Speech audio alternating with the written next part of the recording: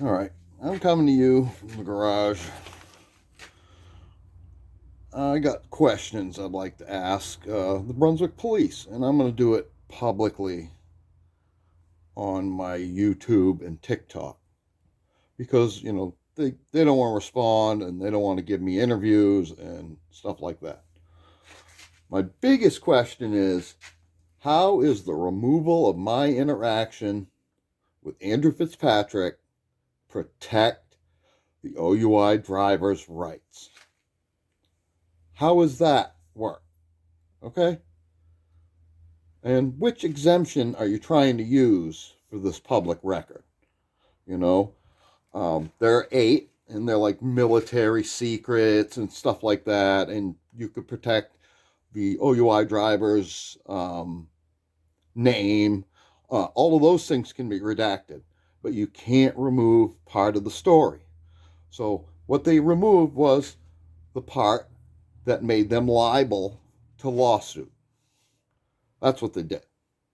By removing my rights violations, the chief agreed happened. Uh, Andrew Fitzpatrick said it was state law that I had to provide an ID, and I did not. This was a mutual interaction. I told him right away I was here to film. He demanded this. He demanded it from me. He wanted to know why I was there, where I was coming from, all of the questions that cops give. And I'm like, I'm here to film, and that's all there is to it. And he exerted his use of authority over me, violating my rights. The chief agreed this all happened. He illegally detained me, said he was keeping my license till the end of the stop. I demanded a supervisor. A supervisor was never provided. Scott Patrick is the flashlight guy in the October 7th video that Commander Paul showed me November 11th, about 9:45 or November 16th. I'm sorry. He shows me this very clear video of a guy with the typical police hat on. Scott Patrick is flashlight guy. He says, "Please stay in the truck, ma'am." He walks like I do. He's got a club foot, all of it. And yeah. And Malong Vic is on the passenger side of the truck during this stop. He's on the other side talking to Michael Poulin. Had many discussions with him. He's like, I never tried to exit. I didn't care. Freely gave his ID. Was compliant with officers. Never tried to exit. In Scott Patrick's report, it says he had to push him physically back into the truck. And I watched the video July 6th, and that never happened. I was very careful to watch for that because that was what was going to prove to me whether Scott Patrick was telling the truth in his report or not. Of course, I'd like to ask Commander Paul, Section 241, U.S. Supreme Court, Conspiracy Against Rights.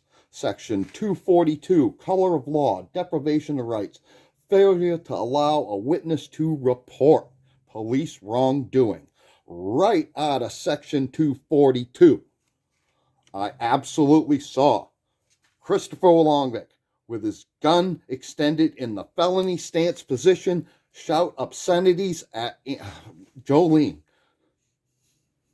That's what happened. There was a giant frickin' shouting match when the OUI driver was cuffed and walked away. That's when it happened. You showed me the video July 6th.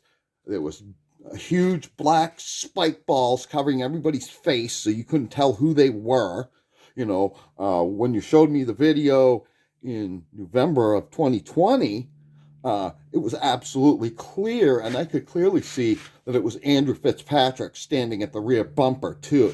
You can't be in two places at once. You showed that video at the wrong period in time after my arrival by 3 minutes. You guys lied. You covered up the timestamp so that you could conceal the in-picture timestamp. If you were right, you'd have shown me the in-picture timestamp. You'd have shown it. You guys are completely freaking wrong. There's no excuse for this kind of stuff. I've told you all along that I'm taking the wheels off your miscarriage of justice. You know, you don't want to answer my complaints. You don't want to answer any of my FOI AA requests or whatever they are at this point, because I'm right. You know, all I want is a goddamn copy of what you showed me July 6th. Blue task bars and all. Show the world how compliant and accountable the Brunswick police really are. Because they're not. They are not. No timestamp, no truth. Tortured by tyrants